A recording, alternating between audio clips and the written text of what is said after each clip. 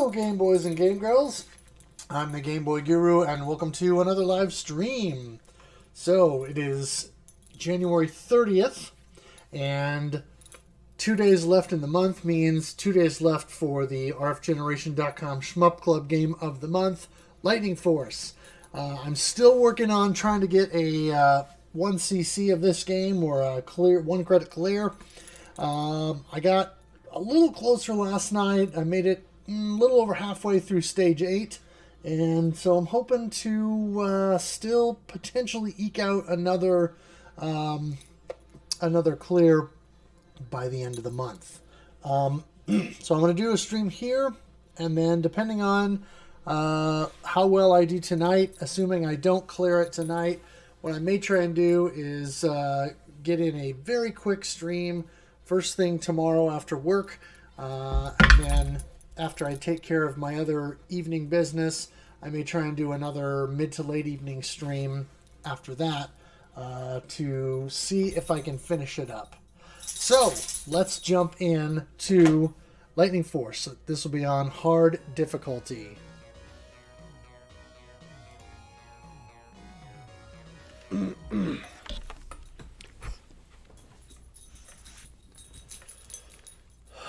Okay, let's see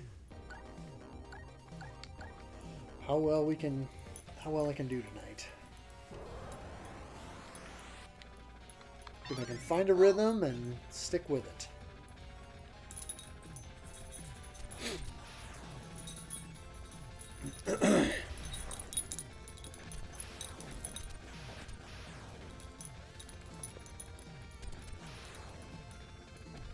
Oh, you know what? I didn't set it on hard, did I?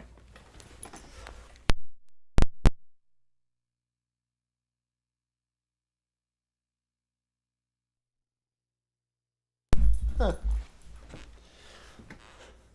Playing on real hardware, I can't just click a button and reset it like you can with an emulator. So, alright, let's try this again. Engine power, 75, mission level, hard. Okay. Get that set there.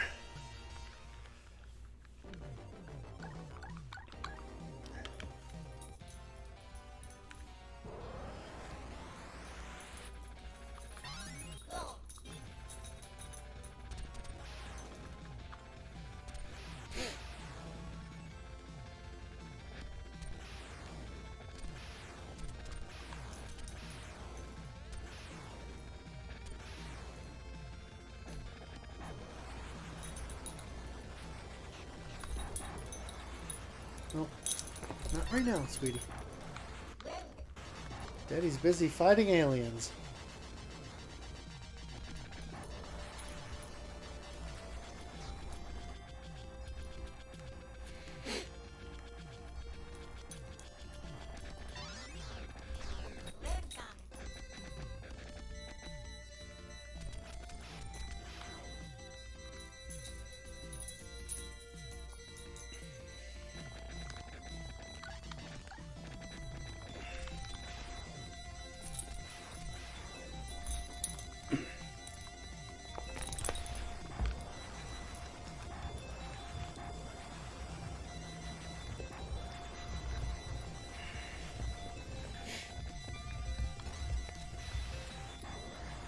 There we go.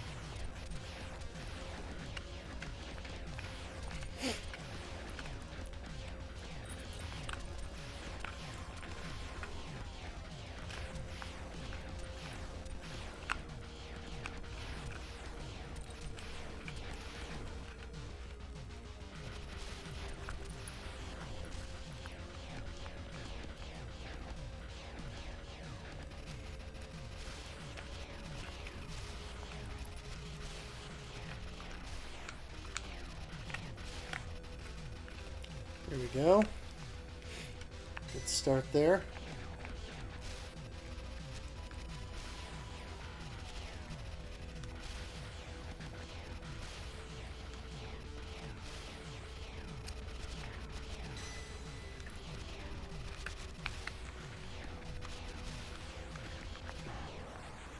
All right. Solid beginning there.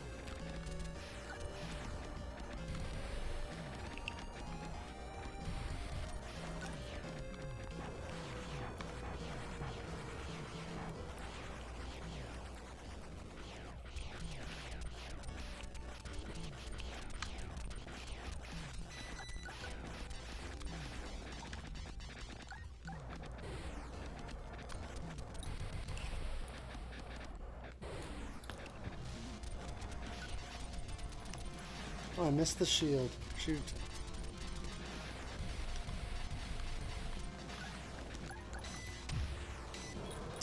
And I ran right into the stupid laser.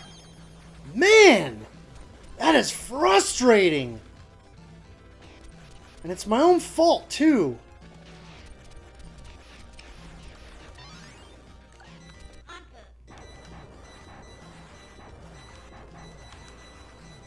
I got no one to blame but myself, but it doesn't make it any less frustrating. Oh my goodness, I am not off to a good start this evening. I thought I was, but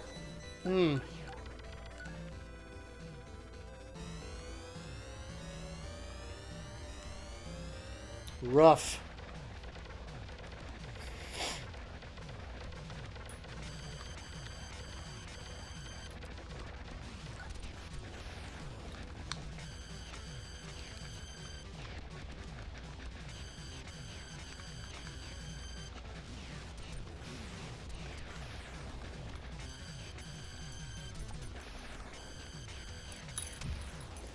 Dog, you're making me so where I can't see. Goofy animal. Ah! I'm just playing like garbage.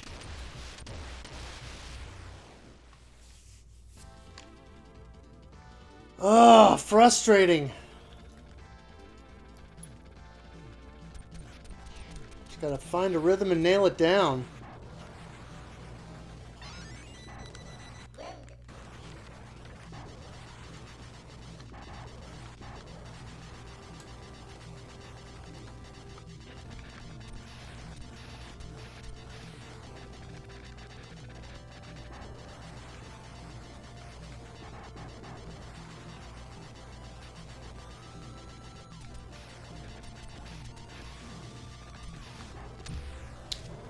Doggone it! Man, I am just not in the zone. Not even remotely.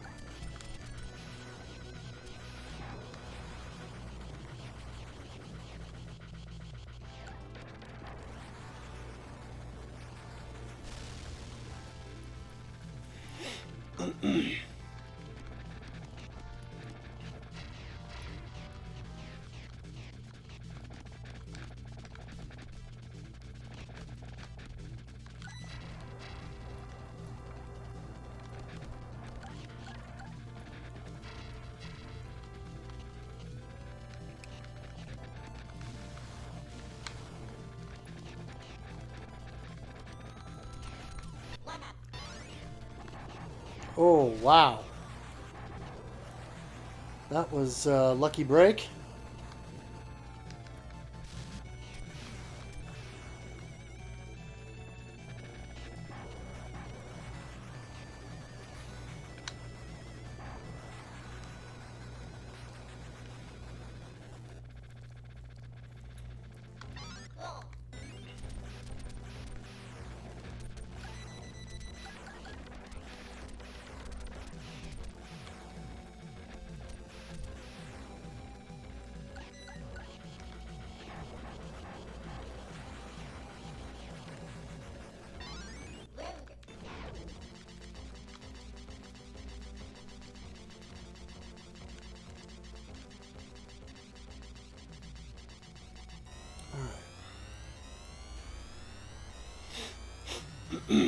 Need to tighten up my approach here.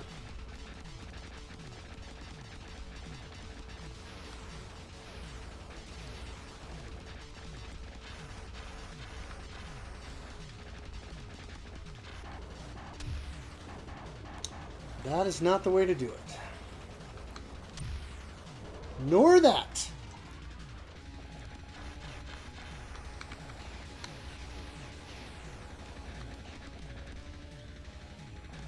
Oh, man.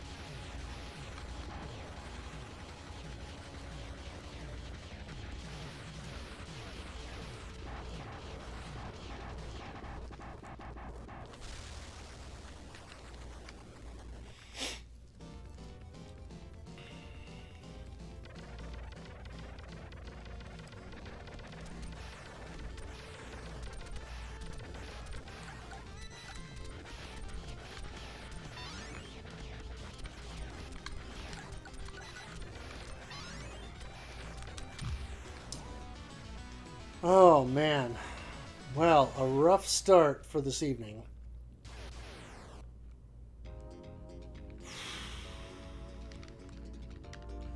Very rough. Not even getting through the first 4 stages.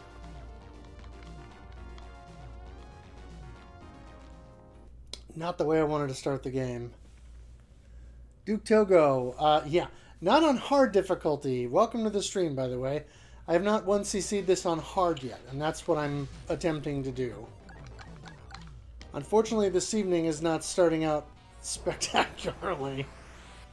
I'm flailing about. You couldn't do it on easy, huh? My suggestion? Go into the options menu and set lives to 0 to do the 99 lives trick. And then just use that as a means of burning through lives and learning the enemy locations and patterns and stage layouts and all of that stuff. That's how I did it as a kid. Yeah. Yeah, hold down A, B, and C and then press start in the attract mode to turn on the options, or to go to the options menu and set your set your difficulty to, or set your lives to 0, and you'll have 99 lives, and then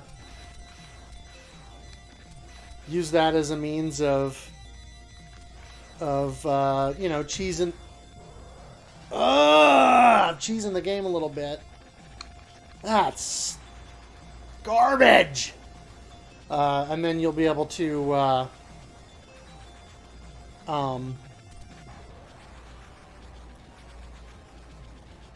have a better shot at you know, learning the levels and stuff like that.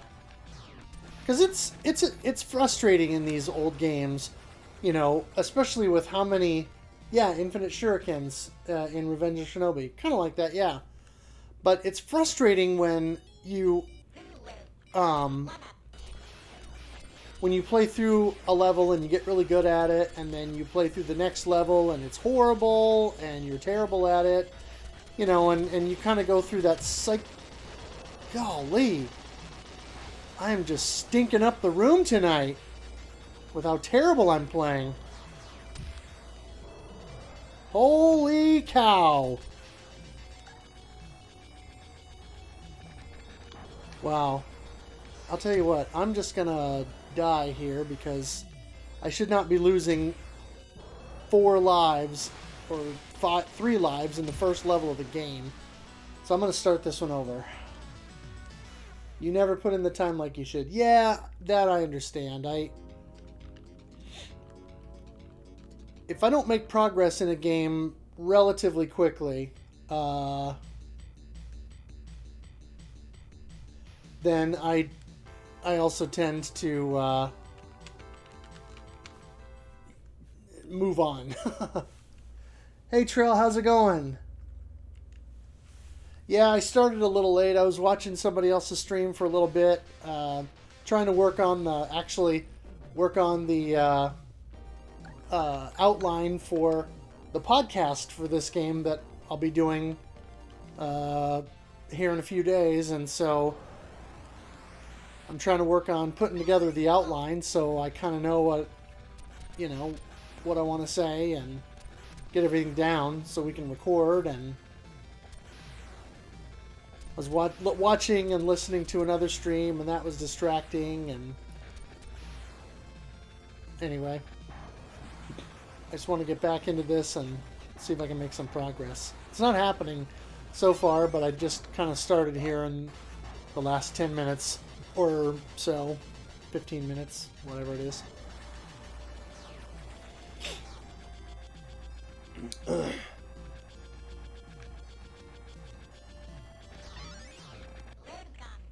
Oh, I didn't realize that Borderlands got a port on Xbox One. That's kind of cool. I haven't played any of the Borderlands games yet, surprisingly enough. I have 1 and 2 and a DLC pack, like disc campaign thing for 360. I just haven't got around to actually playing it yet. But I've heard really good things about it.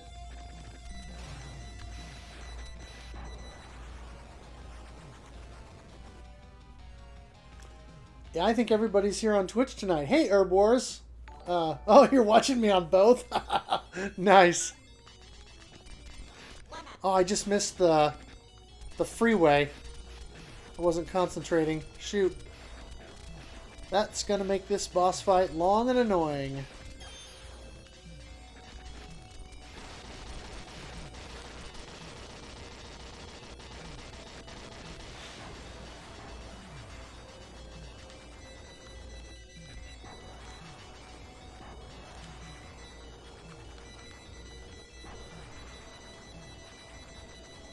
People are commenting on YouTube? Oh, are they? Okay. Well, what's going on with my chat tonight?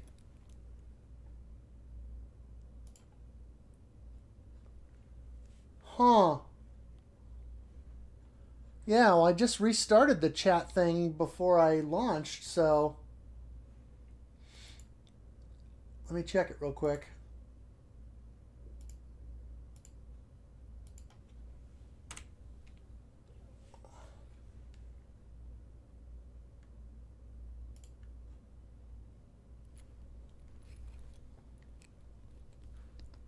Huh. Well, maybe I'll have to bring up my own stream and uh, pull up chat so I can at least read what's going on. Yeah, because the chat thing is not behaving.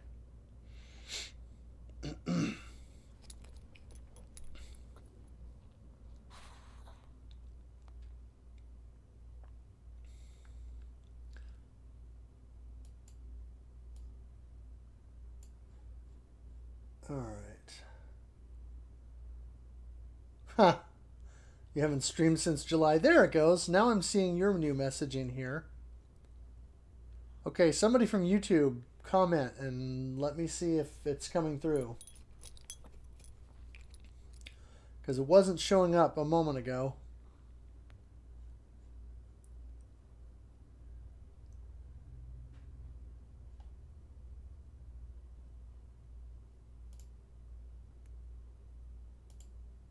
Ah.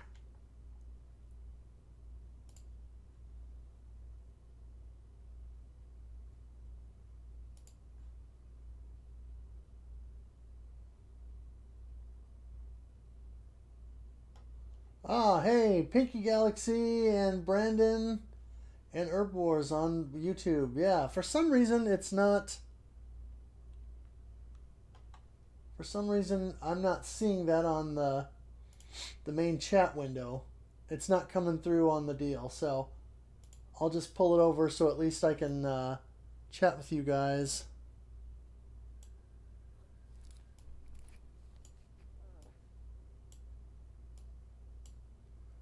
Man, what is going on with this thing? Restart the overlay element. Okay, let me try that.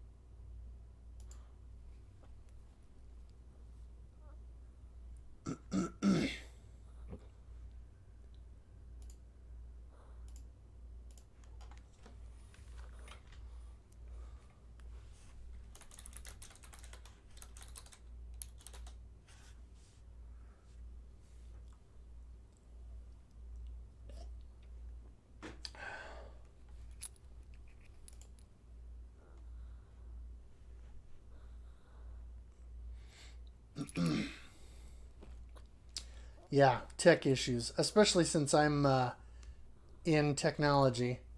So,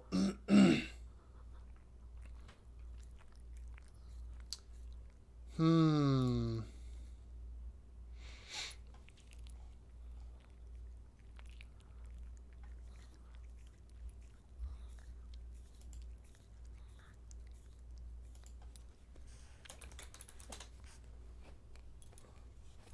Give me a sec here. Let me pull this back up.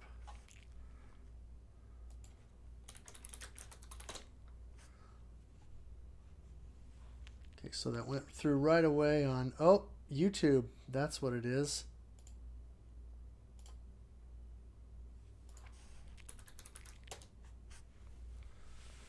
For some reason, YouTube is disconnecting from my chat. So bear with me a moment here, everyone. Let me make sure that my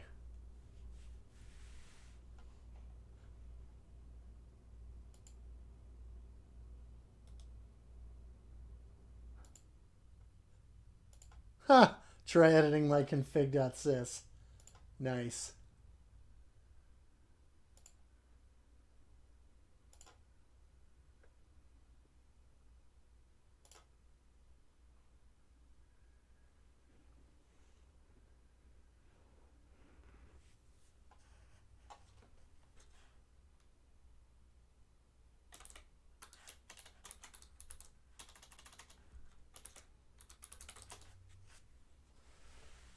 Still not showing up for YouTube. I wonder what that's all like. Oh yeah. I still need to send you my Discord stuff. remind me at the end of the stream, and I'll try and remember to do that. What is going on here?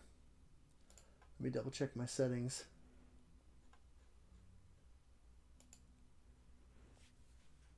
Oh, that's not going to help.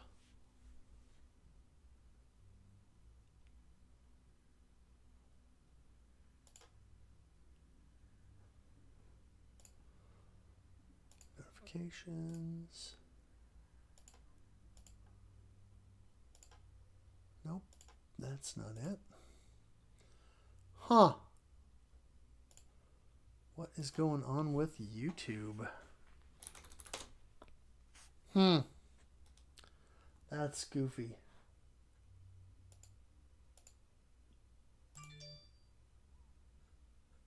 Reload.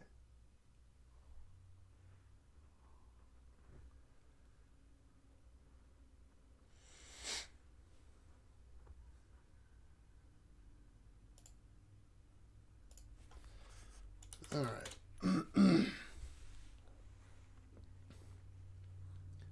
Well, it says YouTube is online, and there's at least 3 viewers on there. Oh, at this current moment, Restream chat is inaccessible. We are currently investigating this, and we'll have the chat application back up and running as soon as possible. So that must be what's going on. Well, we'll just have to give it a couple minutes to come back to life here.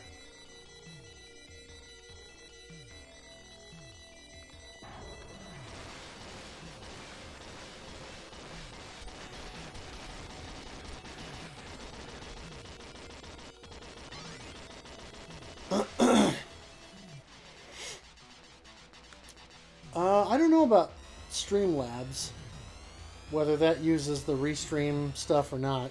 I'm using the Restream chat window just because it's available.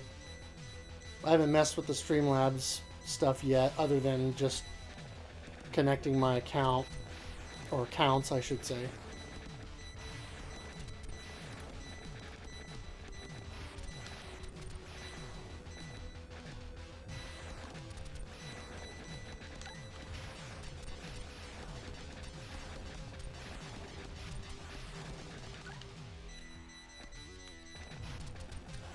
Ooh, that was close.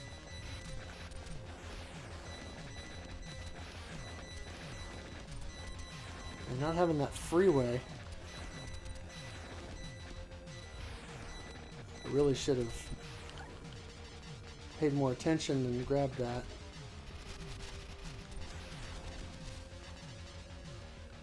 Streamlabs Suite, huh? Yeah, I mean, I set up the Streamlabs connection with the account so that I could do, you know, the notifications for new follows and stuff like that during the stream, but that's kind of where I've stopped at the moment. Just, I just haven't explored it yet.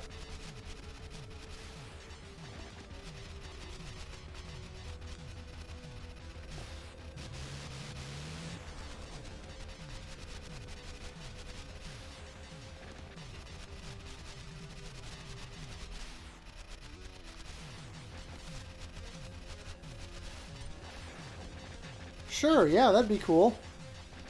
I just need to go on the page and, you know, give it a look and figure out what's what, but any tips and hints you could provide would be very welcome and much appreciated. As a bit of a noob to all this, you know.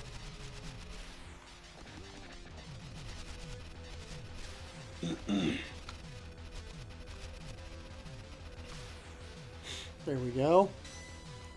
Finally got the orb changing colors.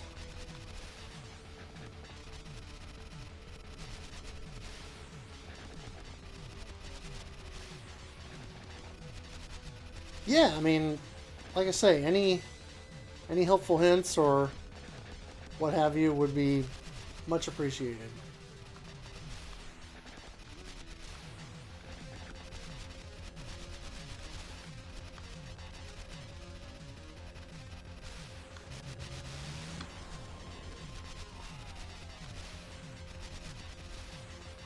Oof. Always nerve-wracking.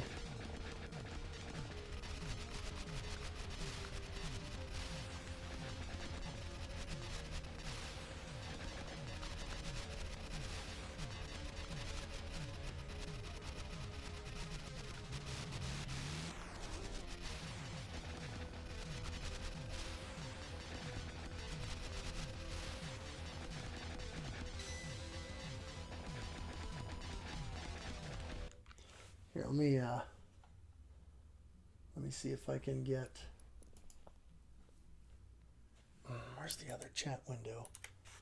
There it is. At least if I pull up the other the YouTube chat window, I can see what everybody else is saying.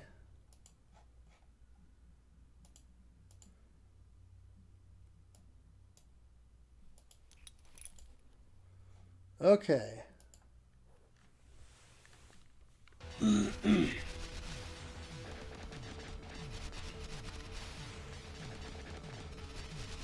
Until Restream gets their chat fixed, this will work in the meantime.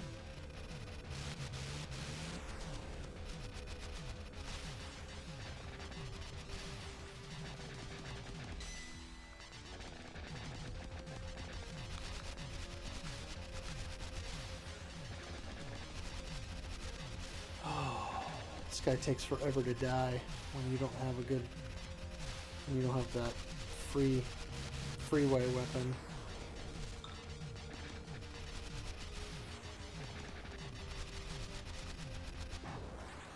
There we go.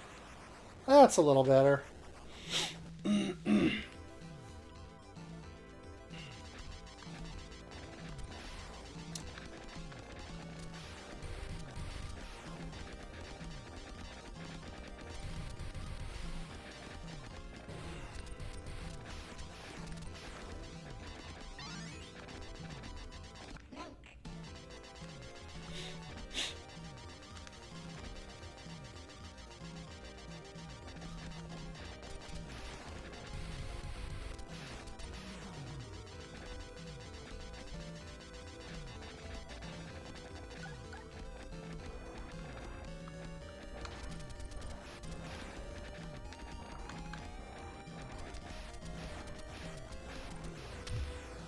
Ah.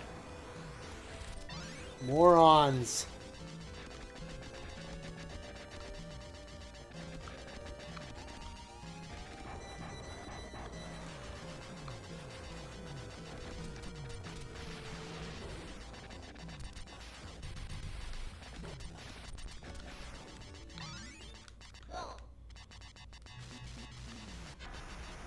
Oh.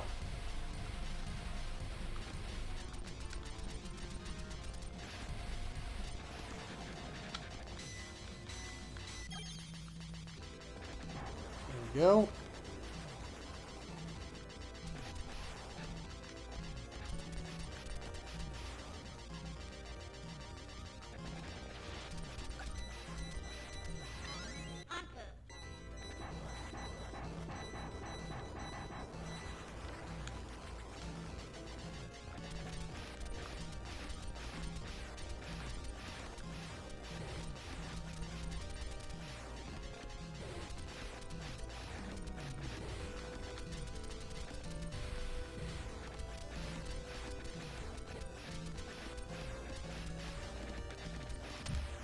Oh, that's bogus.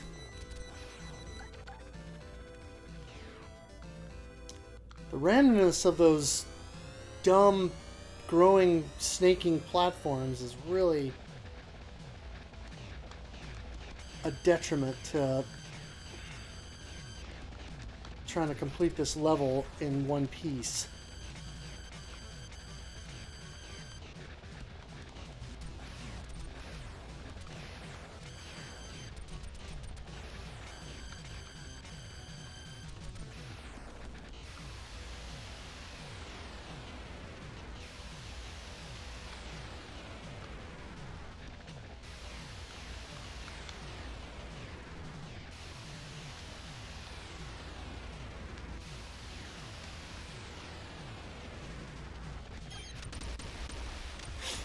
Okay.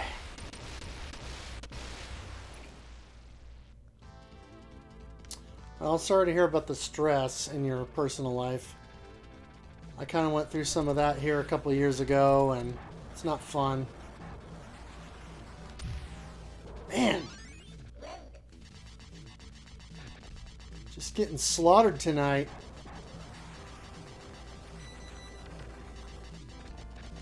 Not having much luck.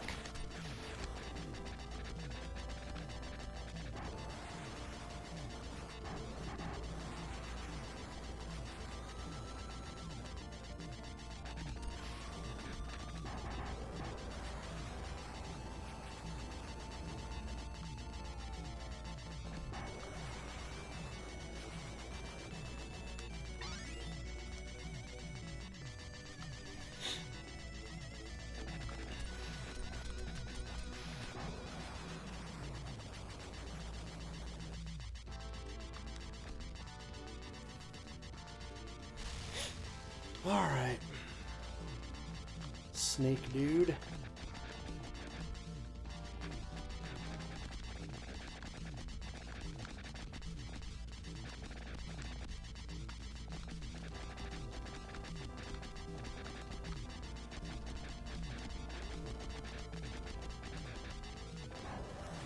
Hey, look at that.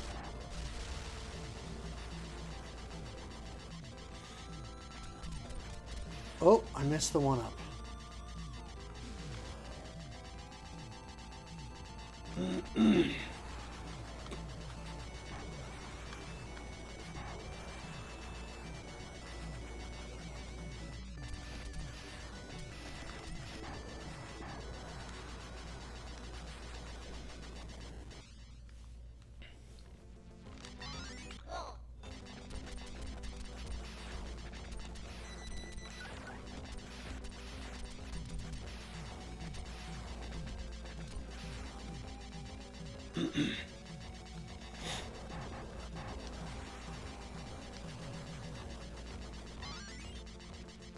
Oh, yeah, I just said I'm sorry to hear about the stress in your personal life. I know what that's like. I went through some major stress stuff here a couple of years ago, and still kind of dealing with some of that, but, you know, at least since I changed jobs last year, and the new job that I have as of last January is much more low stress than what I was doing before. So it's a big improvement in that regard.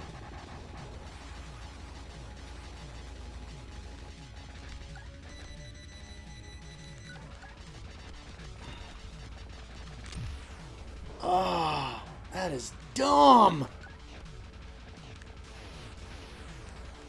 That was really dumb.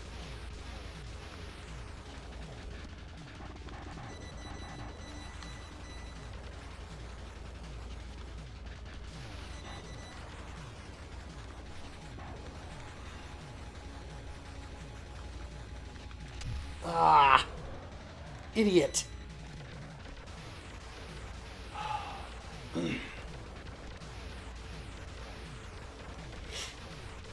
Yeah. I don't think it's YouTube, Herb Wars. I think it's Restream. Something's going on with them. Since I'm, using that to rebroadcast to YouTube, Twitch, and Periscope on Twitter. It's, I don't know, it's being finicky today for some reason.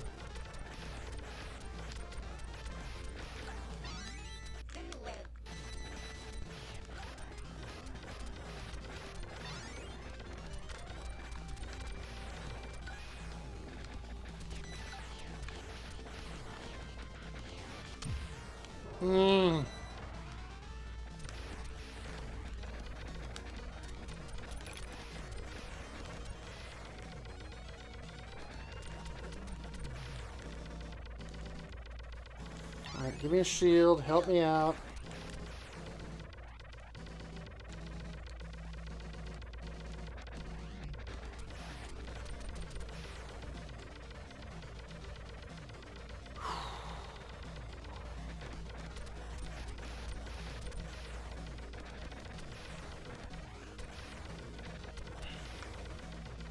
You're looking for a new job?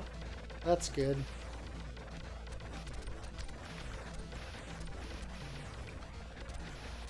Yeah, I spent way too many years at my last job. And not for any good reason, just because I felt like I either couldn't go anywhere else or I don't know. Like I wasn't going to be appreciated anywhere else as much as where I was at. Which is silly. But, you know, it's how it is sometimes. Not that my old job was all bad, but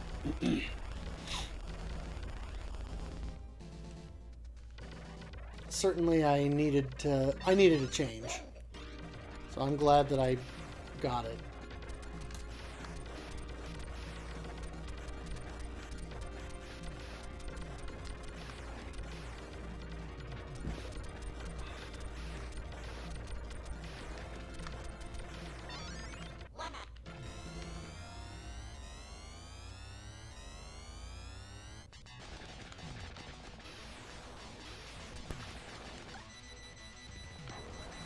Well, if anyone's still watching on YouTube, just bear with us.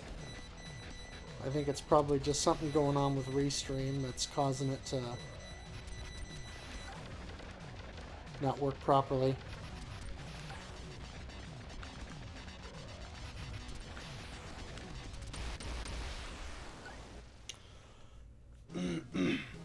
Podunk, Pennsylvania. Yeah.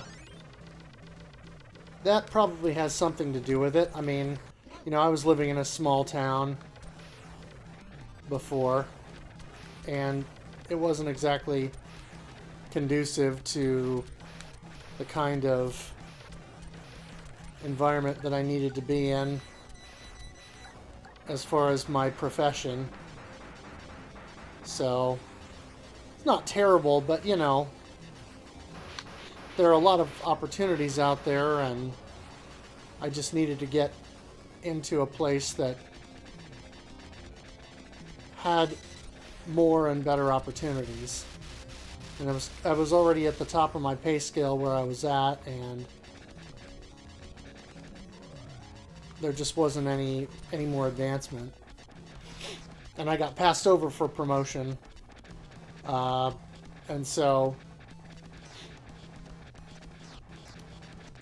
that pretty much made the decision easy when it came time to look at moving on.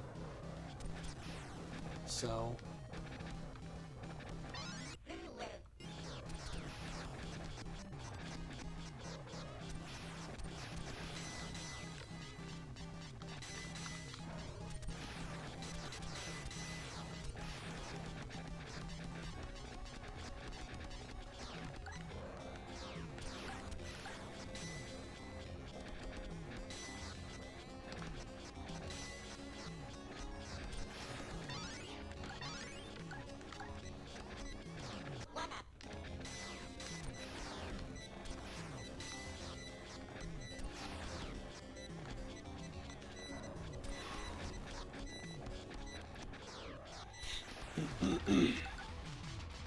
relocating is expensive, for sure.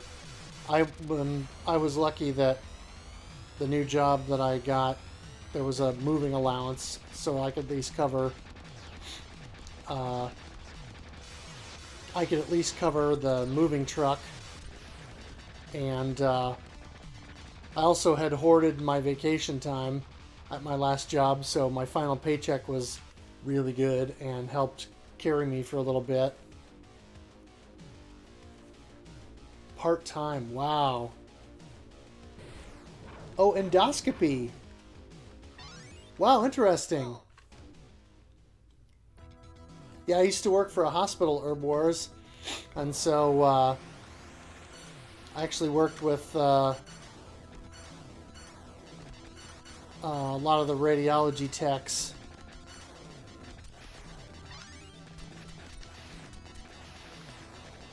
So It's interesting.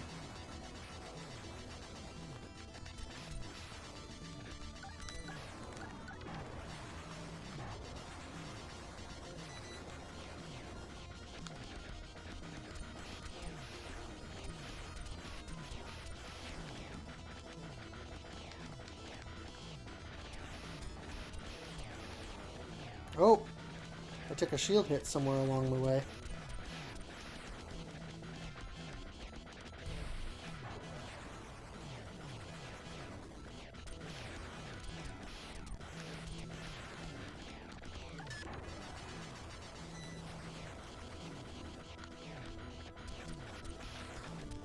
Oh, rats.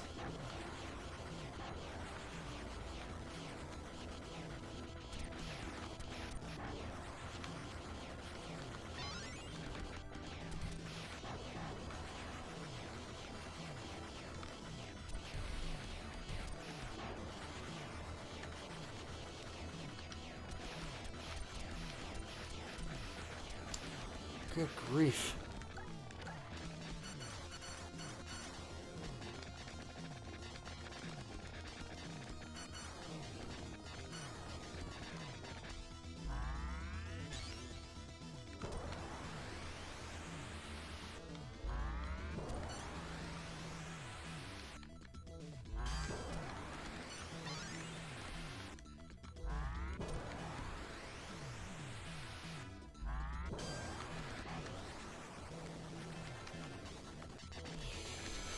Ooh, avoid those little orange things as much as you can because they shoot out a spread of bullets and that just makes everything even more crowded. Oh. Oh, prep cook. Nice.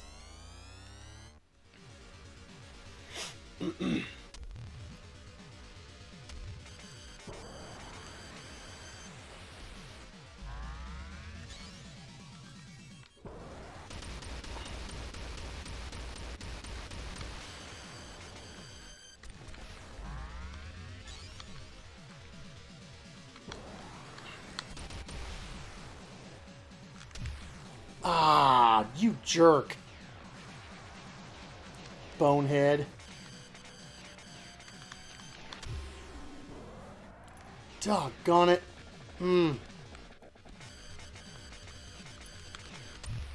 Ah, can't navigate through all of this spam.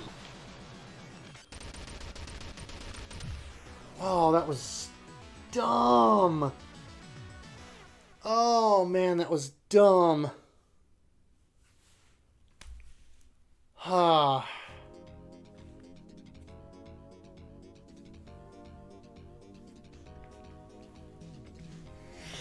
So are there not any better, like, restaurant jobs in your area, Trail?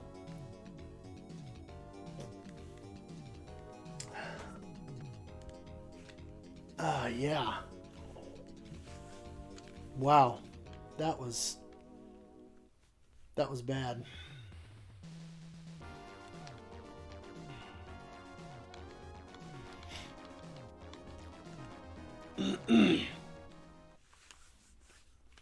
Oh, okay. Sure. Yeah. Yeah, if you're living in a small town, that makes it hard when you know, want to work in tech. Unless you can find something telecommuting. Yeah. The hospital I was working at was the county's largest employer, and it was the only technical job in the area, other than freelancing for local businesses and people and stuff like that. And so, yeah, it's rough when you're not in a big market. So Herb Wars, if you don't want to be an endoscopy tech for the rest of your professional life, what do you aspire to professionally?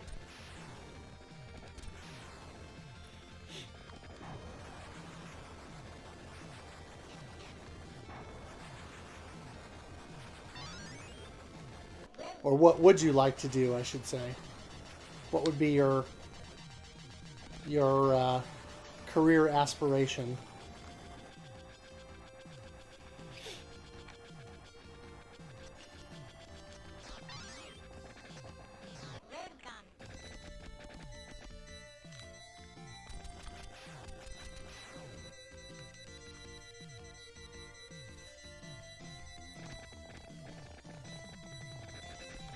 Did everybody jump ship on YouTube?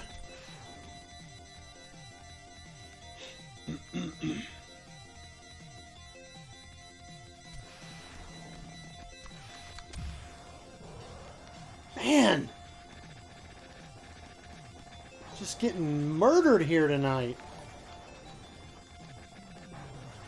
Oh, somebody just followed. I can't see because I got chat window up. Ah!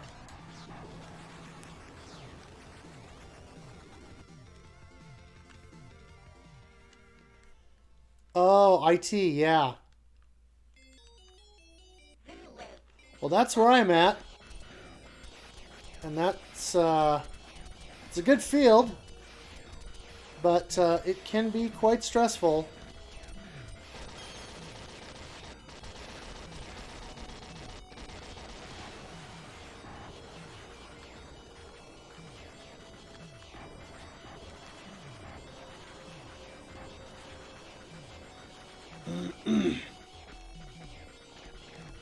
Oh, Easy Racer, hey! YouTube chat must be working again. Restream must have got that figured out. Nice! Welcome, good sir.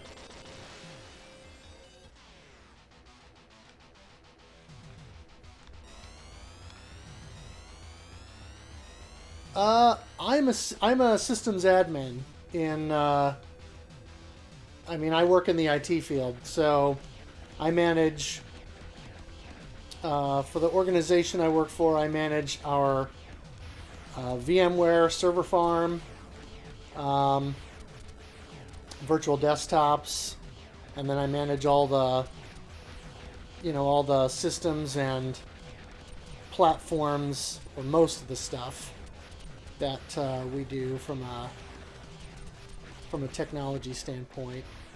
And then I work with a network engineer who kind of works alongside me doing similar work, but he's supposed to have a focus more on network solutions and things like that, but we're kind of short-staffed right now, actually. So he and I have been trading duties, and a typical day could be everything from answering help desk phone calls to I've been configuring stuff on our firewall for some projects we've got going on, and so it's pretty interesting.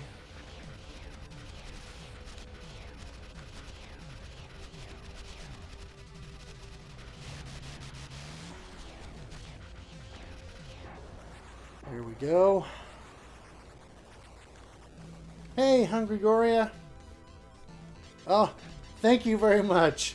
I appreciate you popping in and saying howdy.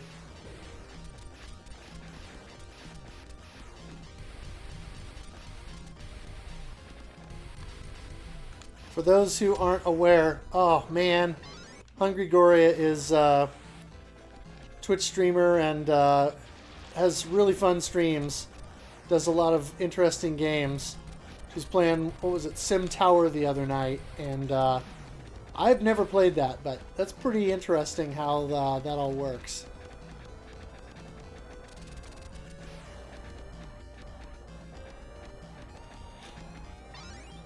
So definitely worth a follow, without a doubt. Yes.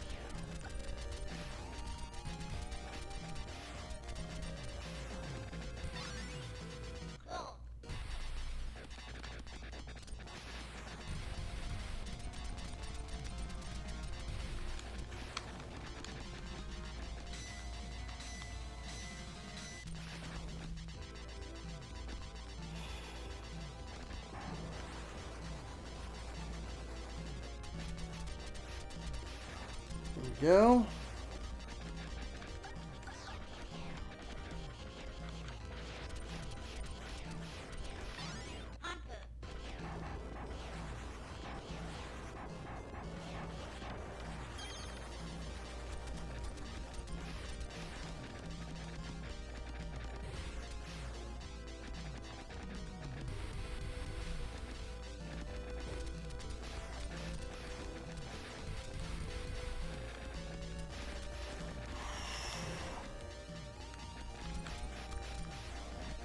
Oh, wow, that was a bit of a gauntlet.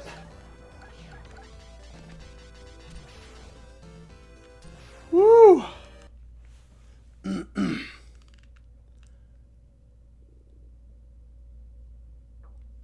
Yeah, a million times faster with Freeway. You're right, Duke Togo. Um, it depends, Herb Wars, in terms of certification or degree. Uh, yes, the slowdown helped quite a bit, Easy Racer. For me, I here's my 2 minute version of my story. I went to university with a plan to become a computer programmer. I had done basic programming on my home computer, and I had read a little bit about Pascal and was, looking into that. And when I went, I had to take calculus classes that were above my head because I was a perennial slacker in high school, and I got good grades without having to try. So I had not developed the study habits that I needed when I went to college. So once I was in my freshman year, I realized that I needed to buckle down and actually pay attention. So I was struggling with my calculus courses, but I got into the computer science class, the 101 course, and the instructor who was teaching this 101 course was a 400 level instructor, this genius programmer from Greece who, within the first week of class, was expecting us to write small programs in C++, a language that I had not learned the syntax of, to calculate mathematical formulas that I didn't understand. So I knew right away that I was in over my head. And after a year, I realized that was not for me. Programming was not for me, at least not at that level. So I got into the workforce, and I just kind of got lucky. And the aptitude that I had for technology led me into the IT department at the company I was working at. And then that kind of took me into 2 or 3 other jobs. I eventually landed a job with an ISP and managed service provider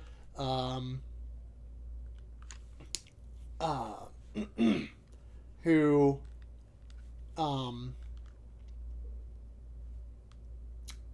that I got through a friend. He told me about it, and then from there, after that job ended, I went to work at a hospital. Yes, Easy Racer, it was a local university, local-ish anyway, and yeah, so I kind of got into IT in the back door, so to speak. It was all on the job training for me, and I did get some certification, and I have a couple of certs, but it's nothing high level. Now, if I had a 4-year degree or even an associate's degree, and I had a couple more high level certs, I would probably earn more. But based on my years in the industry already, I make pretty decent money. So I'm pretty thankful for where I'm at in terms of my salary versus my education level, so to speak. But yeah,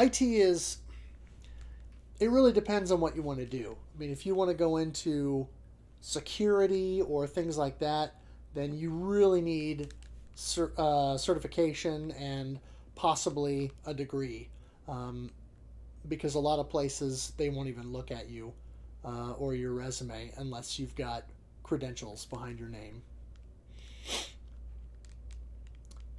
Yeah, it's about getting the job done. I mean, it depends on where you go. Some places value the letters behind your name and the degree that you have on a piece of paper more than your practical experiences. Other places, like where I'm at, or specifically my boss that I'm working for, he understands that a college graduate with no practical experience, the way he puts it is, a fresh-faced college graduate can come out and go to work for some place, and they can take down a whole network with 3 clicks of a mouse and not understand what they're doing. But you get somebody in there that is willing to learn and willing to put the time in and all that to learn what they need to know in order to support that environment. And that practical experience and hands-on knowledge can be way more valuable, I think, than an actual college degree. So I've thought several times about going back to college, and I'm still considering the possibility of maybe going back for at least a 2-year degree, just to refresh my skills in a couple of areas and touch on a couple things that I haven't had the ability to, but I don't know. I'm doing well with where I'm at and the experience that I have, and so I'm still deciding, or I'm still weighing that decision.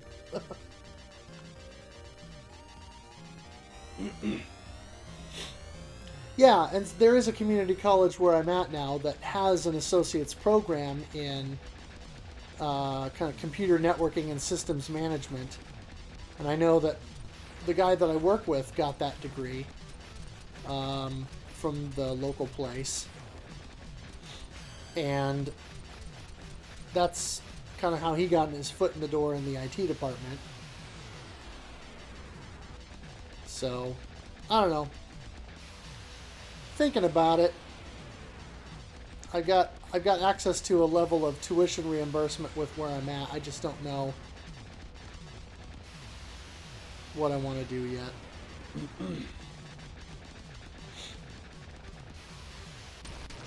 There we go. That's much better.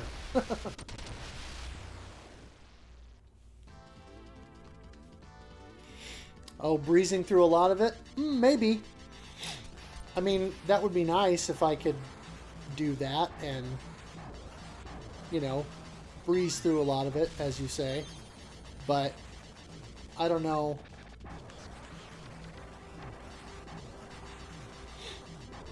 I just don't know at this point in my professional life whether or not I absolutely have to have that degree or not.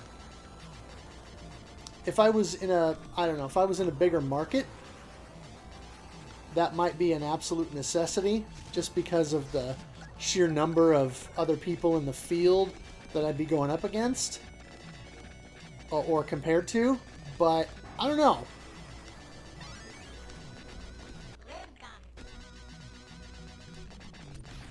It's a good question, or, good thing to consider.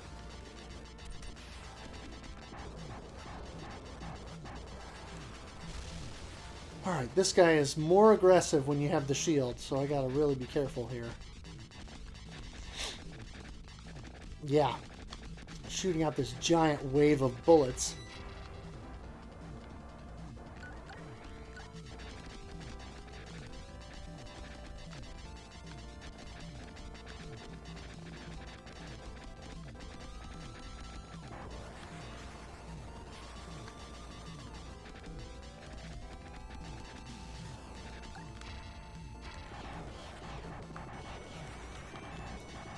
Ooh, that was close. Yes, please.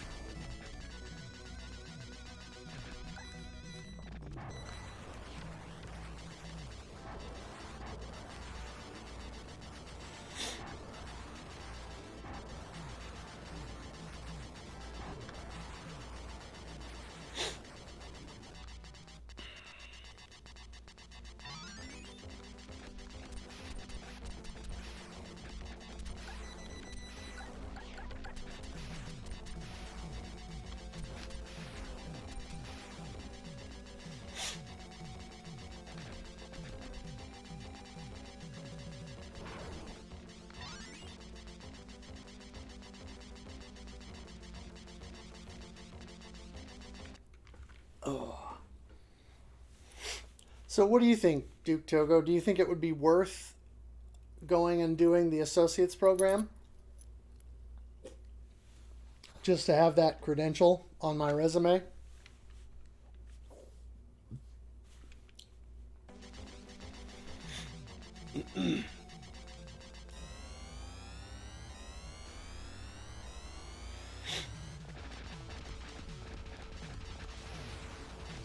Okay. Well, something to consider.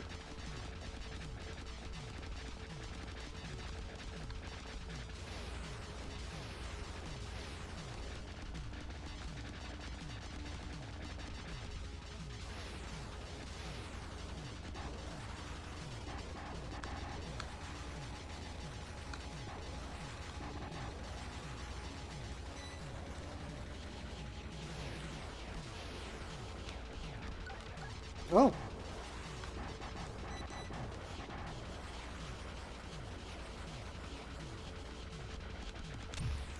Ah, you turds.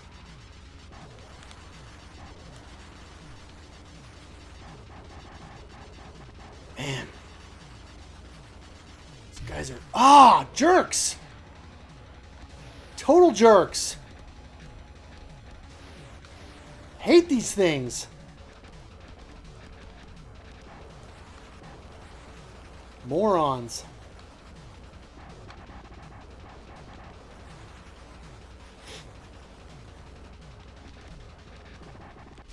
Oh. Wow. An entry-level IT position? Well,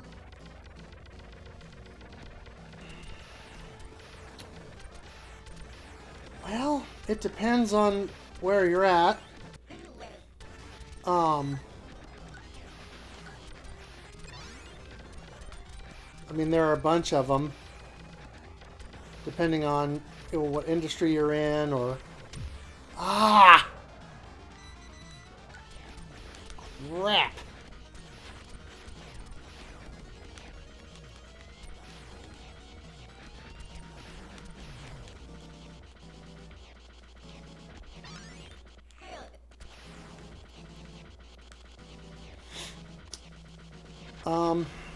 Yeah, help desk is a good entry level. You know, just taking calls, helping people fix issues, and just basic tech support.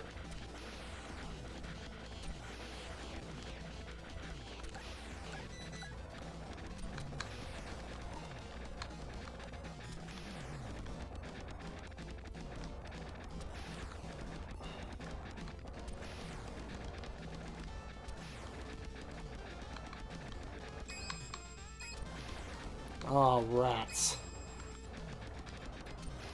I just lost my...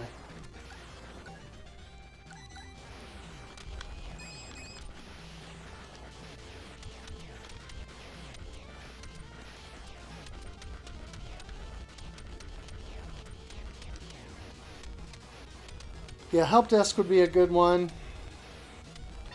Or, you know, go and get yourself a couple of certifications and see if you can get in on a low-level, you know, network technologist kind of position.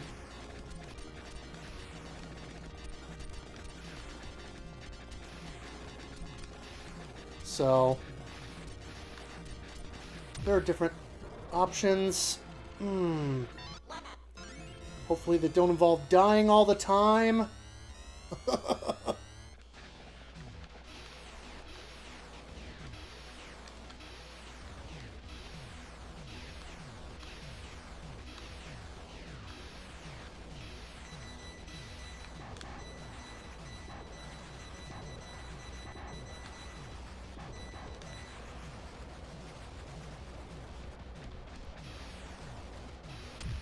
Oh, come on!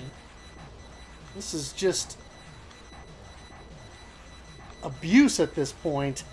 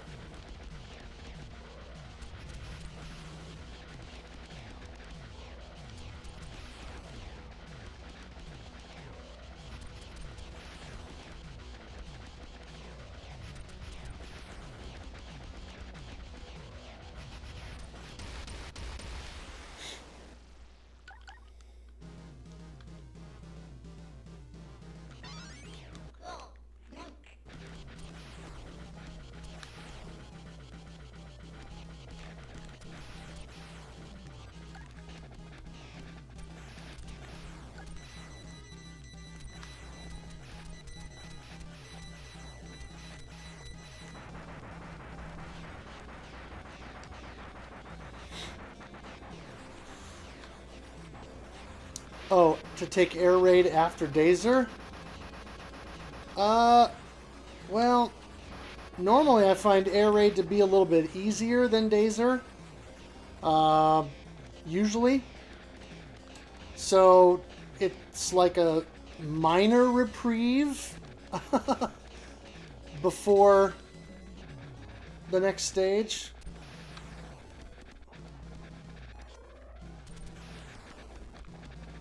I guess that's about the best way for me to put it. Oh! He's still alive.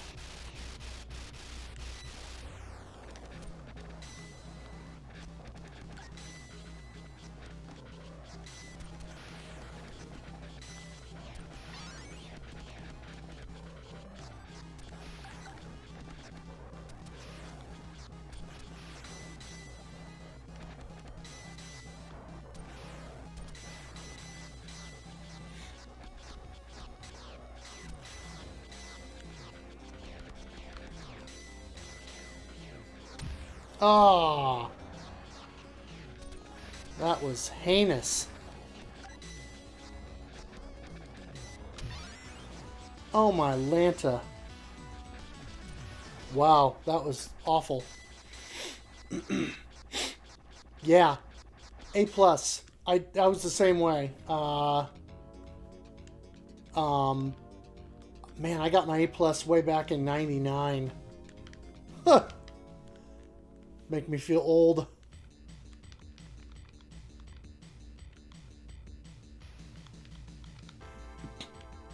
And I got Network Plus in 2003, I think. That's a good way to get in the door. Yep, lifetime cert for us old guys. You're right. We don't have to go back and get recertified every however many years it is now. I don't know what it is for A+ and Network Plus now, but those of us who took the test way back when are grandfathered in, and we get our certs perpetually. Whereas now I think it's every 3 to 5 years or something like that. You have to re-up. It's not like CCNA, Cisco CCNA certification. You have to re-up. Was it every 2 years or something like that? Or you have to take a test. I think it's every 2 years, I think. So it's kind of insane.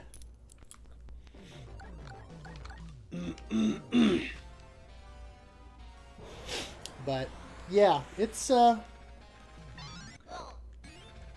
IT's a good field, and there's a lot of different things you can do. You can get into servers and virtualization, you can get into databases, networking. So yeah, they know how to make that money. You're right.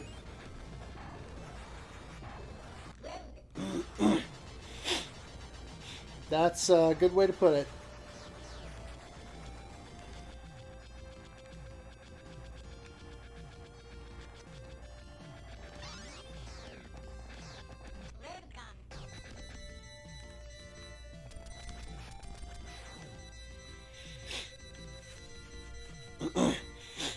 Yeah, VMware certification is something that I would kind of like to get at some point, get a VCP. Unfortunately, with VCP, you kind of have to take VMware's official course.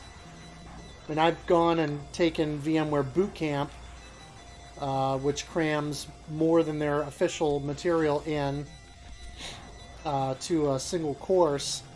And so it's a packed week full of training. So for someone who's actually doing the work, it's great. Because then you're getting real hands-on experience, good labs, and good information that's going to help you out in a real-world setting. But from a certification standpoint, the only cert you can get in that with that is kind of a generic VMware certification. It's not an official cert. Electric Underground, hey, how's it going? Welcome to the stream. Those of you who are fans of the shmup genre that I'm currently playing should definitely be checking out not only my podcast, Shoot the Corecast, but also the Electric Underground podcast. It is a great podcast for coverage of the shoot 'em up genre at large.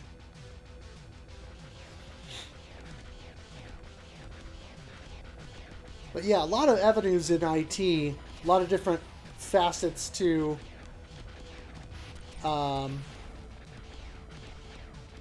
working with technology. So Urbors, if you're interested in getting into it, I would say, maybe try to do an A+ and a Network Plus, because those are kind of basic entry-level certs that are good for just about anything other than, programming. But just to kind of get your feet wet, get familiarized with hardware and basic network topology and terminology, and then in that material find out what stuff interests you the most as you're studying it, and then check out some further study on those things and see what grabs you. I mean, networking is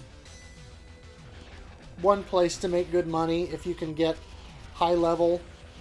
Security is huge, and so especially if you can get something like a CSSP or similar kind of high level security network and security certification, you can make a lot of money doing that. So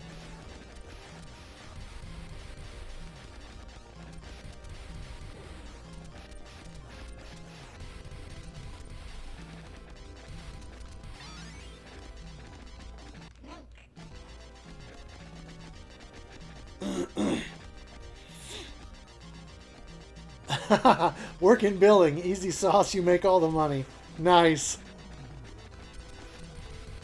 Does that mean that you make all the money, or you just deal with the money?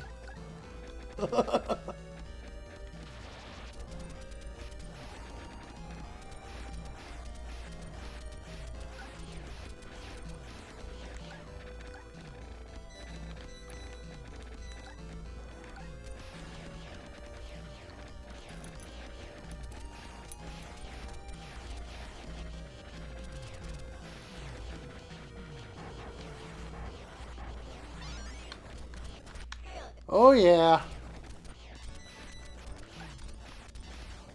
Give me that shield.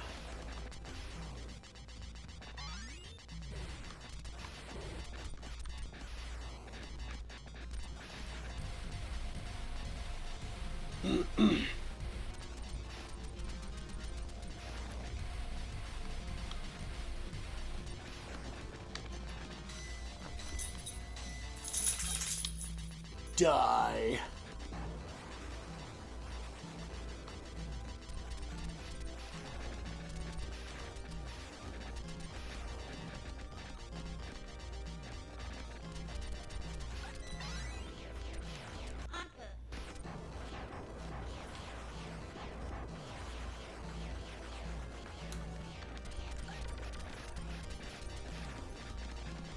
All right. Down. Down.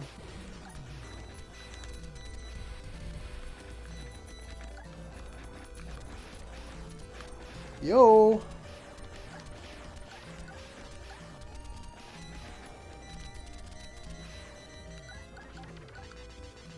Okay.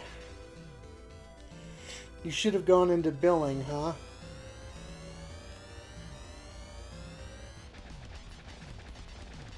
Well, I'm sorry to hear that, Trail. I know what that feels like. I mean, like I say, my last job, I was making decent money, but I felt stuck where I was at because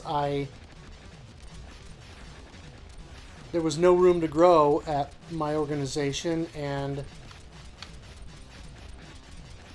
so, you know, it can feel like you just have no options or nowhere to go.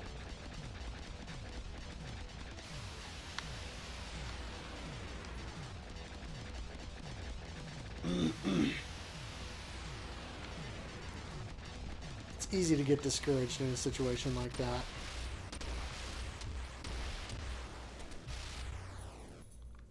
Oh wow, 10 years ago, yeah. That makes a difference.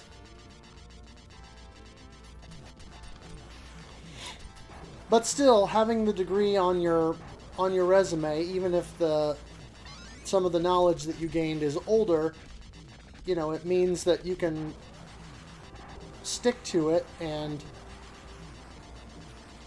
I mean, that's something that I don't remember who it was. It was someone in employment recruiting and all of that. You know, they say some employers look for a degree, not to say that you know this, that, and the other, but they look for a degree to see that you can take on a task like college and stick with it. You know, I didn't do that, and I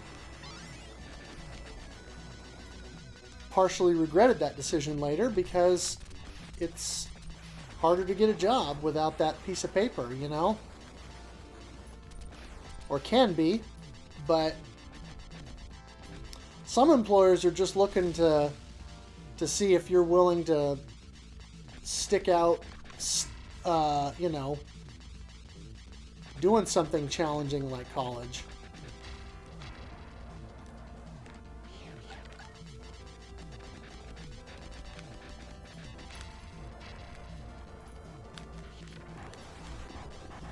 Yes! Snake dude down.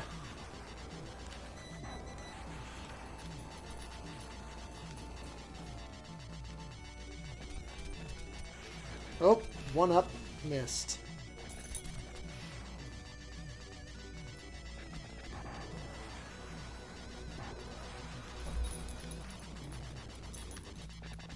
No, not right now, dog.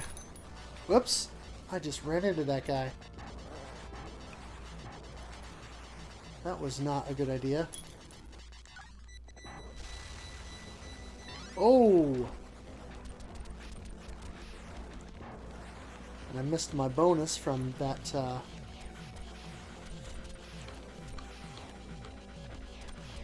oh! From that, extra claw there.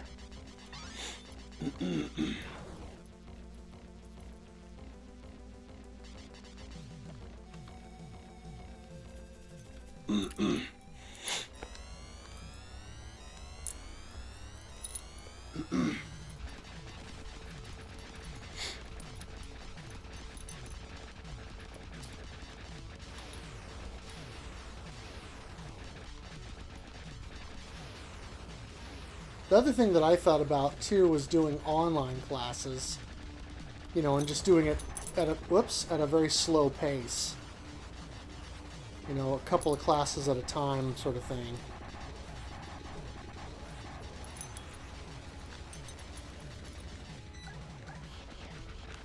I really hate you guys. These stupid orbs are just the worst.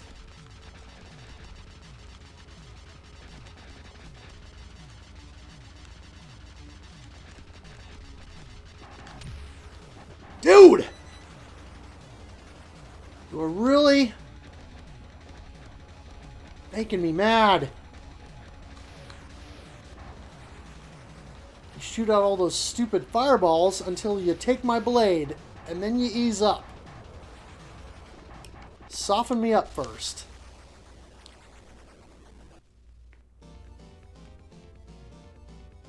Oh, yeah. Duke Togo, good point. Some places just do use degrees as just a way to thin the herd, so to speak.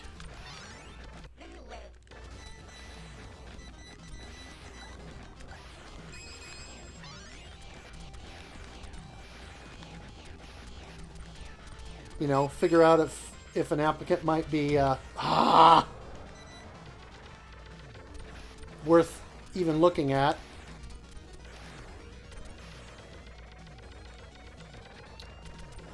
And I'm on the struggle bus tonight.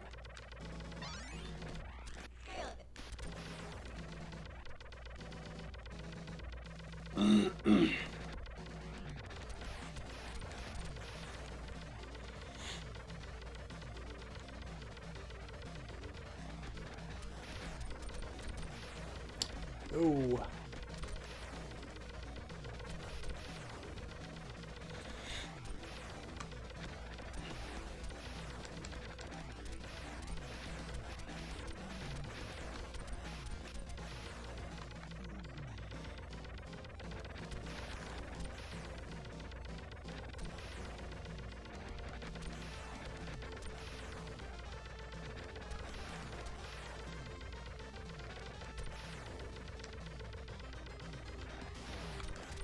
Oh, tight.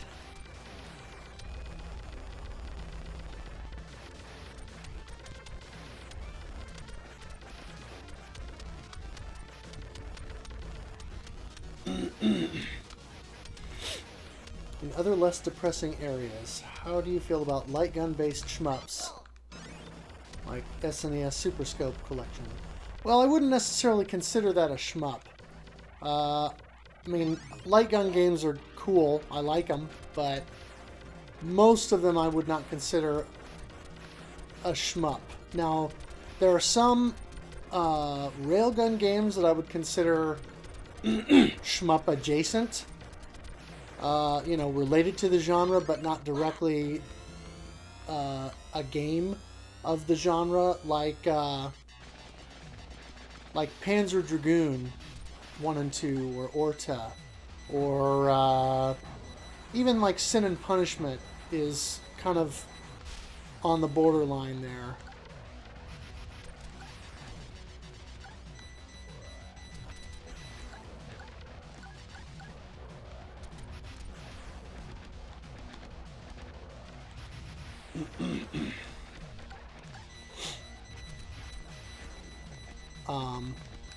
But generally speaking, I would not consider most railgun games to be, or light gun games to be, shmups. Awesome games, but not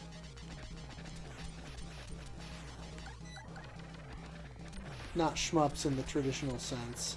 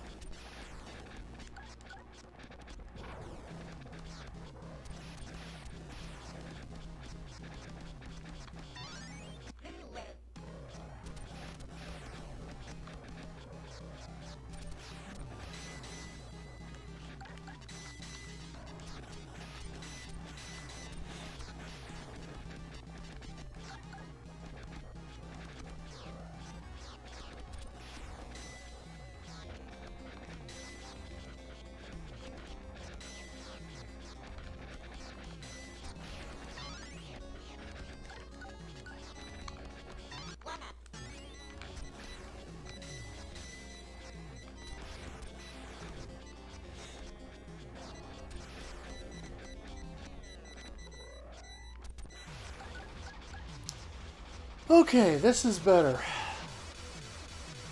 Better progress this time. 6 lives, shield, full complement of weapons, and now a Thunder Sword coming up. So, Hopefully this means I can do a little bit better here.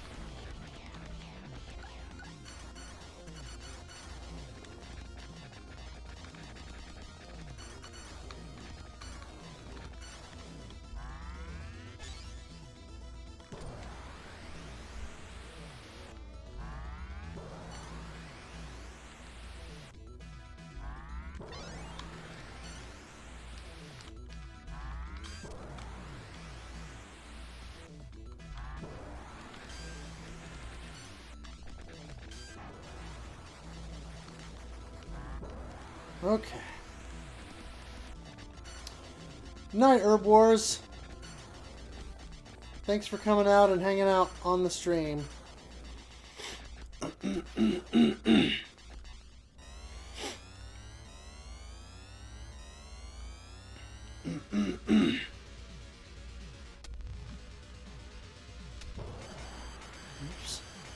I let that volley go a little early.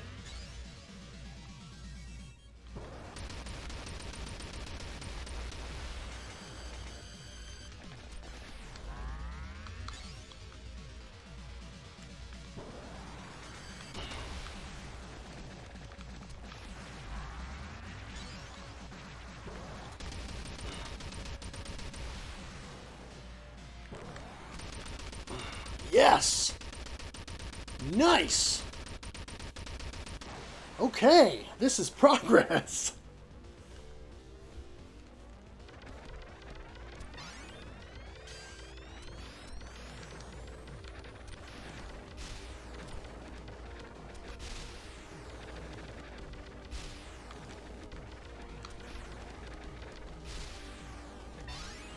Oh! Freeway over there, I missed it. That's alright. Oh, I missed another one. Oh, shield refresh. Yeah.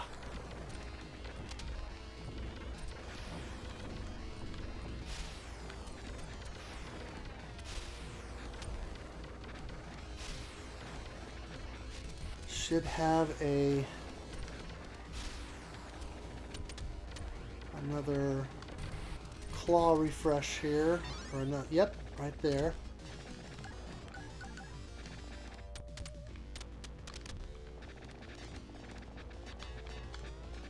And a 1-up here.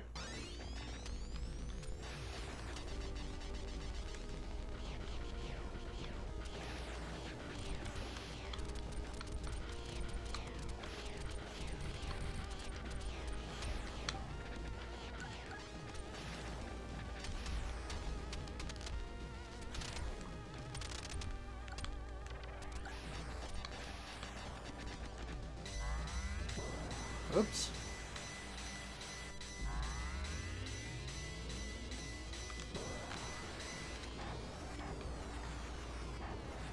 There we go.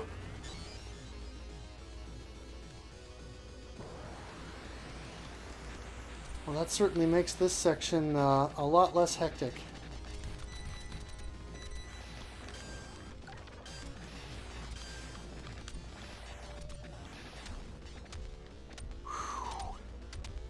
Well, I missed the extra claw again, but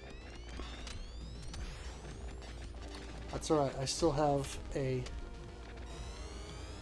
shield hit and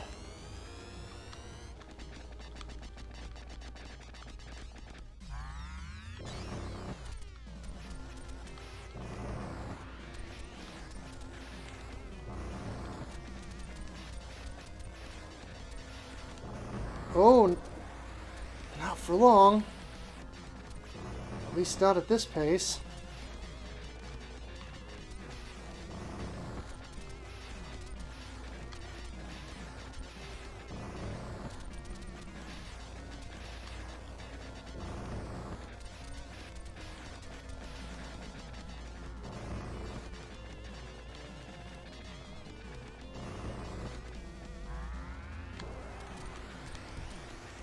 There we go.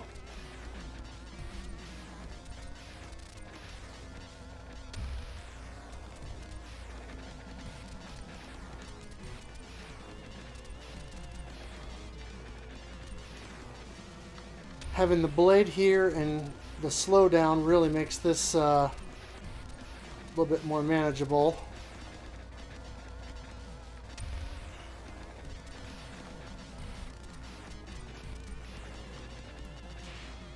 Oof. Well, good thing those weren't the heat-seeking fireballs.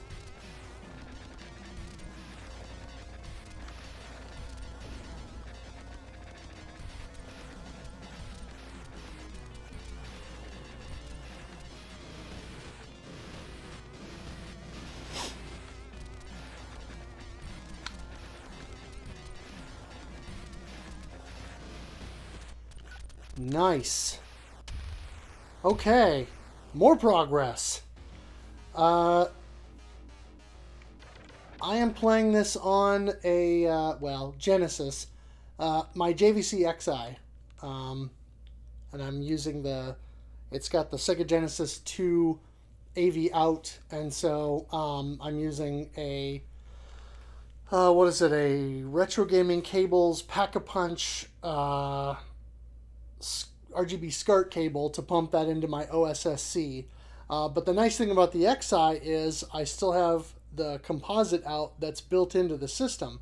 So I've got that going to a TV over here, and then I've got the other going to the OSSC, and then that through my capture card.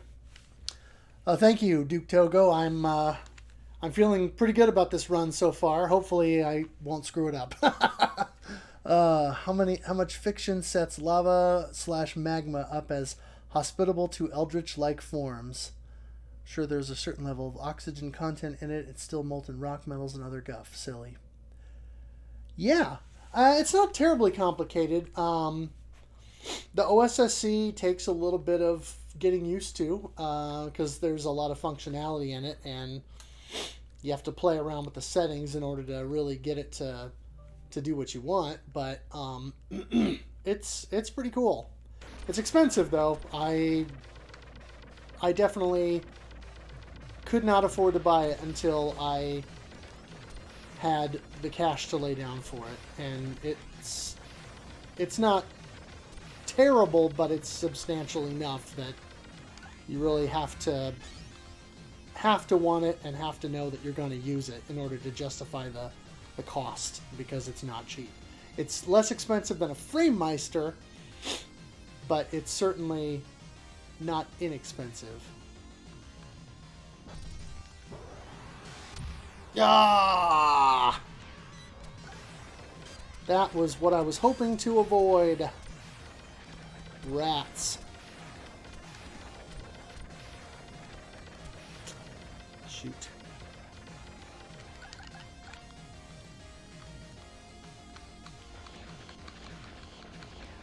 Alright, let's see if I can chip away at this stupid... Nope.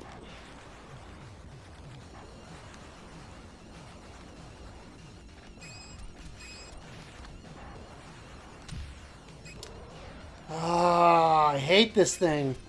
This is the worst boss encounter in the whole game. As much as I dislike the Dazer boss, this one is worse because it's just brutal from the word go.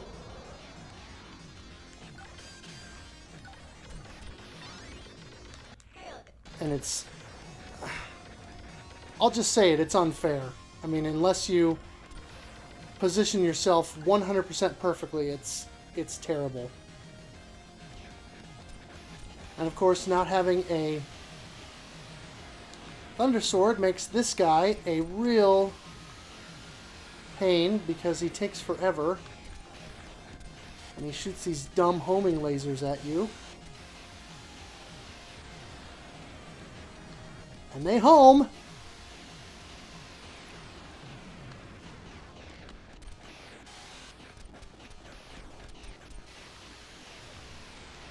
Just like that.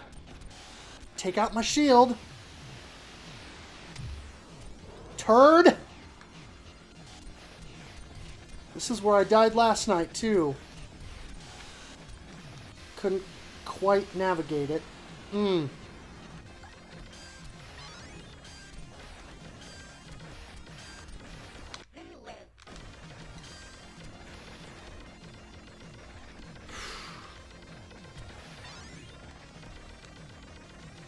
What did I miss?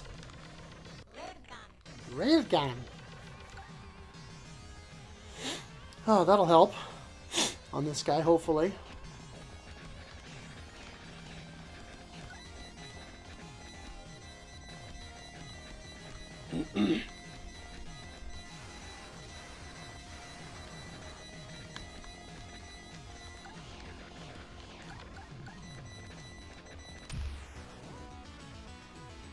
That was dumb. I spent all my time trying to switch weapons and...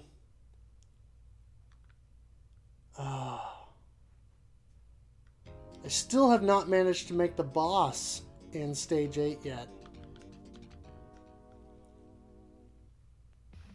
Yeah.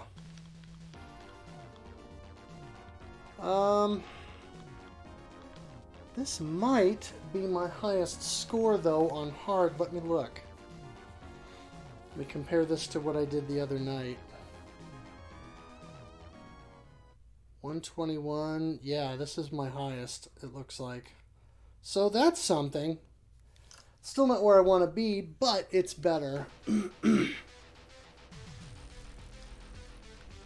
Hauppauge HD PVR for console games. Wow, nice. Very cool. Yeah, I work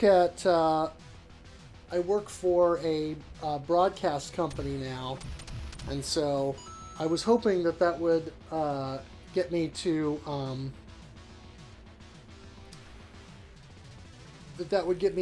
some kind of access to PVMs or BVMs or both, but most of them are either still in use, dead, or have been weeded out a long time ago. So unfortunately, I think I missed my window before I got hired on there. But I've got a good setup where I'm at, so I'm not too worried about it. But what I would like to look into is the OSSC is supposed to be very low latency, low lag kind of solution, but it's not 100%.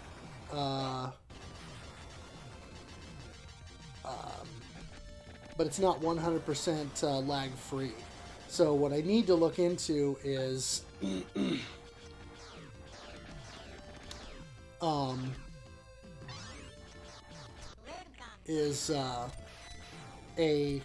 splitter, and not the kind where you plug in multiple sources and you get one output so you can switch between them, but literally you plug in one source and then it can output 2, 3, 4 different directions. So if I could do that, then I could plug the console into that.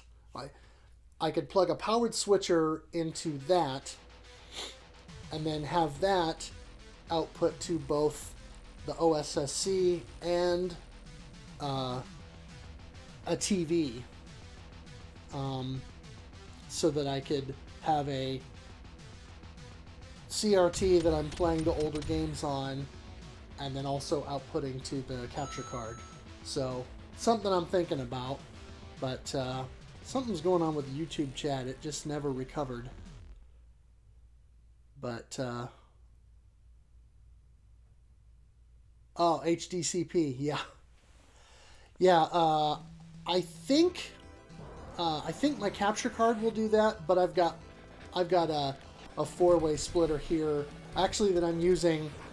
I got tired of unplugging the cable from the back of the capture card to switch systems, so I moved my splitter that I had over, and I've got my OSSC, and then I've got a RetroTink, which allows me to do composite and S-video.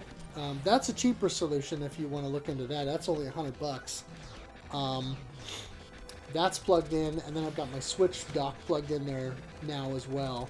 And so I can move my PS4, my PS3, or my 360 over to that at some point if I wanted to, and look into that to start looking more seriously at doing you know, more systems and stuff. But I probably need to buy a second powered switcher so I can daisy chain them together and get more of that stuff pumped through there. So anyway, just something I'm thinking about for future streams and or you know, recordings and stuff. So yeah, PVM RGB in and out. Yep, and that would be one reason to use a PVM. Would be to do that. So my problem is I have 3 TVs set up in my living room right now, and then I've got 2 more that are sitting over on the side here that need to be repaired. One of them, they're both Sony Wiga rear projection LCDs, and they're both quite large. One of them needs a new lamp, and then the other one, it needed a full optical block assembly replacement, which I found and purchased, but when I tried to replace it myself, it didn't happen. So I need to take it to the local TV repair place and see if there's a possibility that they can fix it for me and figure out what's wrong. If so, then that investment will have been worth the money. If not, I'm out that money. But the one that needs a new lamp, an OEM lamp for that is $85. So not a drop in the bucket, but you know, not terrible either. And so if I can get that one going, then the TV that I've got most of my main stuff hooked up to here, I'll move over to more of a center position instead of it being off to my right. It'll be, you know, dead ahead, and then I'll have the rear projection TV back on its original stand, and I'll be able to move some consoles around and do some cool stuff with that. HDMI switch that takes console HDMIs, goes to a splitter, sends to the Hauppauge and the TV. Oh, you don't use the HDMI pass-through, huh?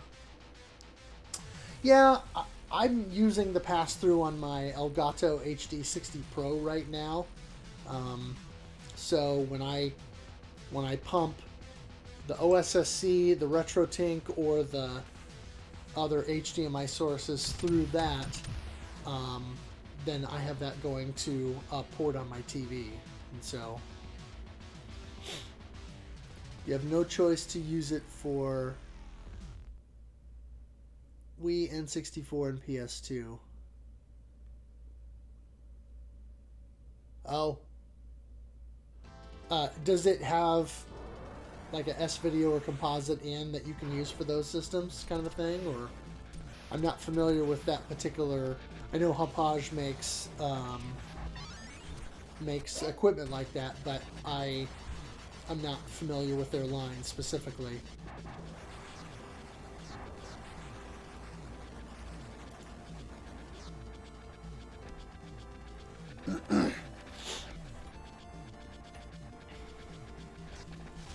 And thankfully for Wii, I have a Wii U, and so I'll probably be, anything I stream on the Wii, I'll be doing through the Wii U, because it's already native HDMI and is already going to be upscaled to 720p, I think, via the Wii U system.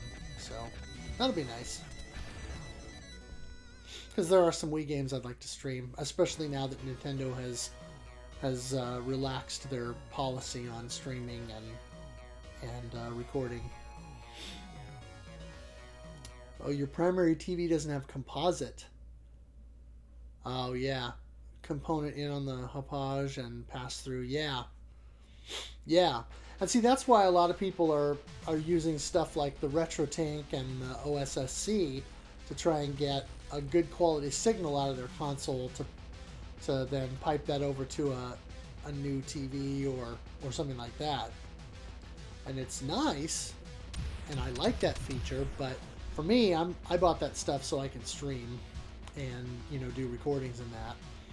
So it'll be really nice when I can get my my Super NES hooked up and pump through there, and then start streaming Game Boy games and recording footage, so I can get my review series going again.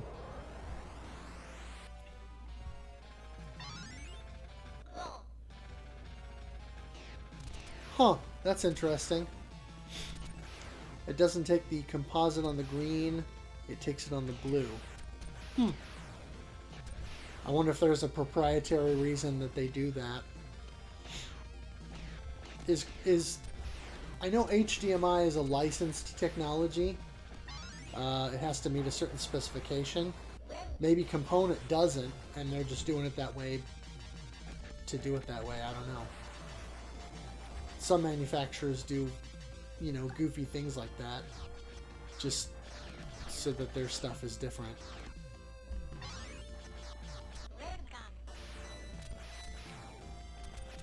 Oh. Well, I think I'm done playing this for the night. I'll probably take a couple more runs at it tomorrow. Like I said, I think I might try to do a run or two runs, depending on how well I do tomorrow right after work. You know, come home and try to jump on for an hour or so and get a couple of runs in, and then I have something going on about 7 o'clock, and then after that, again, depending on how well I do earlier, I may try and stream again and get in, you know, one more quick stream of this before the day is done, so I can try and still try and see if I can beat it. Component is supposed to take luminescence signal off of green, takes reds and blues off their respective signal, fills in the green levels on context of the red and blue, plus grayscale luminescence. Since composite is 3 signals on 1, it is accepted on component through green. That makes sense. So like I said, it could just be that Hauppauge did that differently for a variety of reasons. You know, maybe they wanted to, maybe they felt it was more efficient that way, maybe there was some other technical reason they did it differently, who knows.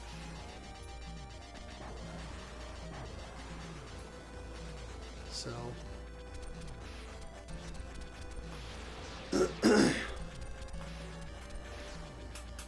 yeah, it is weird. It is weird when companies decide to ignore standards and do their own thing. So, I mean, unless you're Sony and everything has to be proprietary. I mean, I get it with the memory stick with the PSP, because at least that was something that they used in their whole line of digital cameras. So there was a certain level of ubiquity with that memory card. But what they did with the Vita, making it completely proprietary, was dumb. Yeah, agreed. Sony's propriety is excessive. Understandable, but annoying and excessive. Yeah, I think that was a major factor with the Vita. It was also expensive. And for whatever reason, third parties didn't support it at the same level they did the PSP. And the PSP was fairly successful despite Nintendo's dominance in the handheld market. I think the PSP still sold something like, what was it, 60 million units or something like that? So it still sold pretty well, and you know, did very well for Sony. So oh yeah, PS TV. I would like to get one of those at some point. That would be awesome. Crazy dog. You just want attention, don't you? Go get it. Yes, the PSP's hackability, I think, was a boon for it, at least in terms of selling hardware. I don't know how that translated into software sales, because people were pirating software early on. Now, I like the software pirating tools, but that's because as a collector and then someone who runs custom firmware on my PSP, I buy the game, put the UMD in there, rip the game to the memory card so I can play it off of there, and then A, I'm saving battery because I'm not accessing the UMD.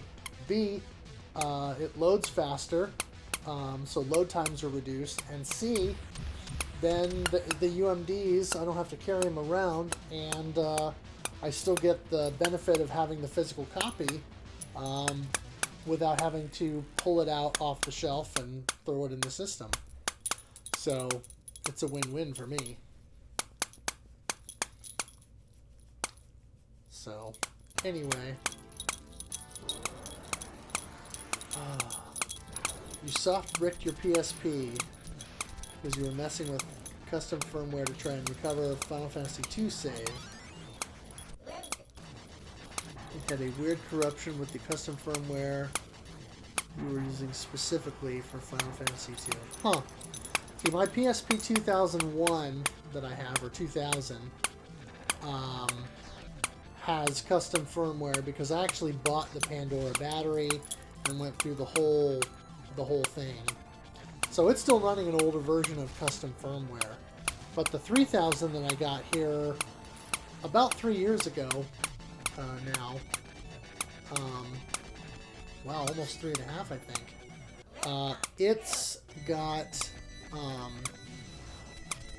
It's got the soft mod on it, and so it's got the fast recovery, or quick recovery, I think it's called, with the latest version of custom firmware. And so that's super easy to do. I mean, literally, you just load that up on the memory stick and run it, and you're good to go. You wanted to get your save file for emulating your stream series, and you couldn't recover it, so you gave up. And yeah, well, that's unfortunate. I've had good luck, thankfully, with my PSP and with memory cards. Actually, what I do is, on Amazon, you can buy these Memory Stick Pro Duo adapters that allow you to slot in 2 micro SD cards and pair them together. So, especially now that micro SD cards are dirt cheap, you know, you can buy 128 gig cards for $20. So you get a pair of those, put them together in one of those cards and team them together.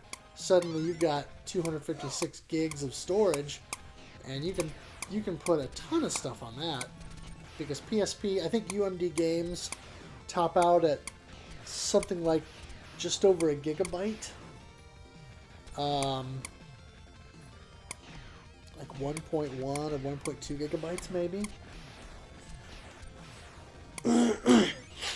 Yeah, Pandora batteries are expensive.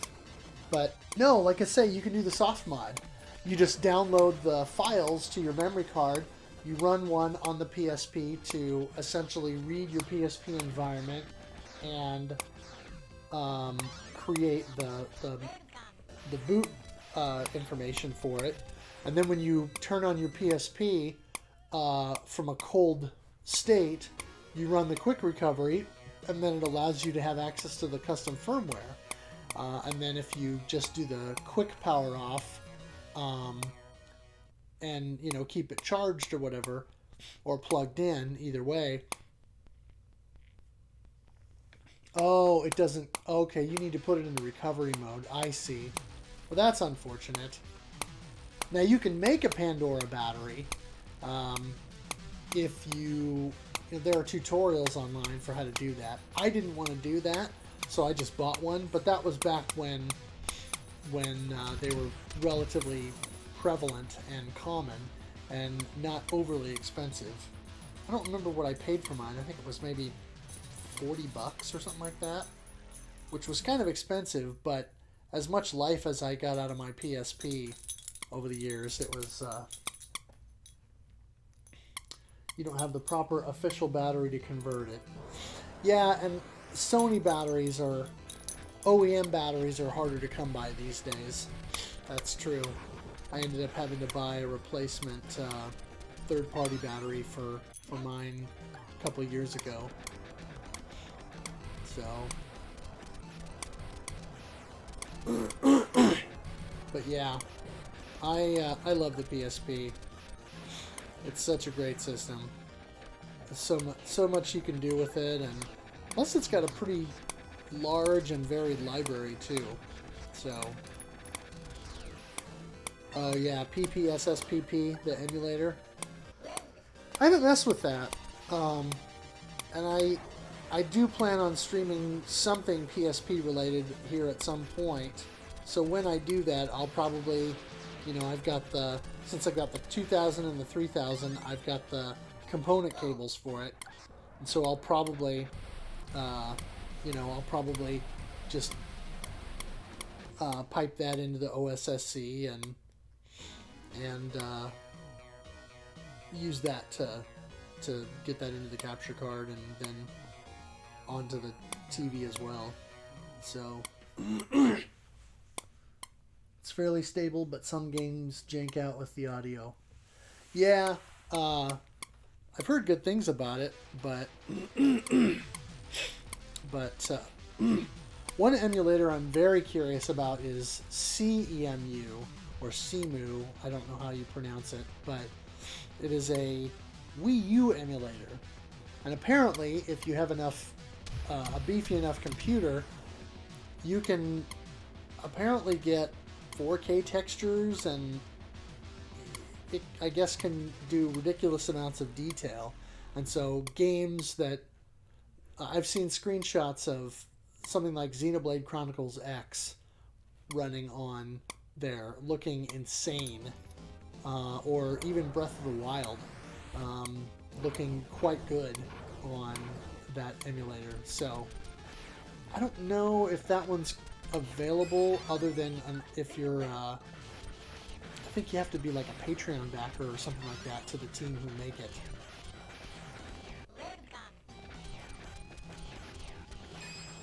Needed to compile the shaders in every new area. Yeah, see, and when was that? Because I've heard that somewhat recently it's at least pretty playable, if not still a little janky. But still impressive either way. but I'd kind of like to try it. I also need to. 2 years ago, yeah. See, I think within the last few months, it's come quite a long way. But I still need to try and do the soft mod thing with my Wii U as well, and mess around with that. So anyway, well, I think I'm gonna stop the stream here and try and wind down a little bit before bed. Used your modded Wii U to play it when the game was new, but now that you have it on Switch, you'd rather play it there. Yeah, me too. I mean, that's where I played it, and that's where I would want to play it. I mean, it'd be fun to mess around with, but probably not something I'd put a lot of time into on the Wii U, just because I have other games on there that I would play. So anyway, thanks to everyone for coming out tonight, and especially for all the chatting on Twitch here, and despite the issues with YouTube, and hopefully Restream will get their integration figured out, and I'll probably close down all my software tonight and make sure that before I do any streams tomorrow, I bring everything up fresh, so that hopefully at least on my end, I know I can try to avoid those problems. But obviously, I've got all the links here on the screen that you can see: Twitch, YouTube, Twitter, and I've got a Facebook page that you can go to and like that and all of that. And so check that out. Streamlabs chatbot to attempt a workaround. Yeah, I might be willing to look into that. But not right now, because now I need to wind down and get to bed. I didn't get enough sleep last night, and so I need to try and catch up tonight. So anyway, thank you all so much for hanging out, chatting, and watching me attempt to make more progress with this. And so thanks for watching, thanks for playing, and game on.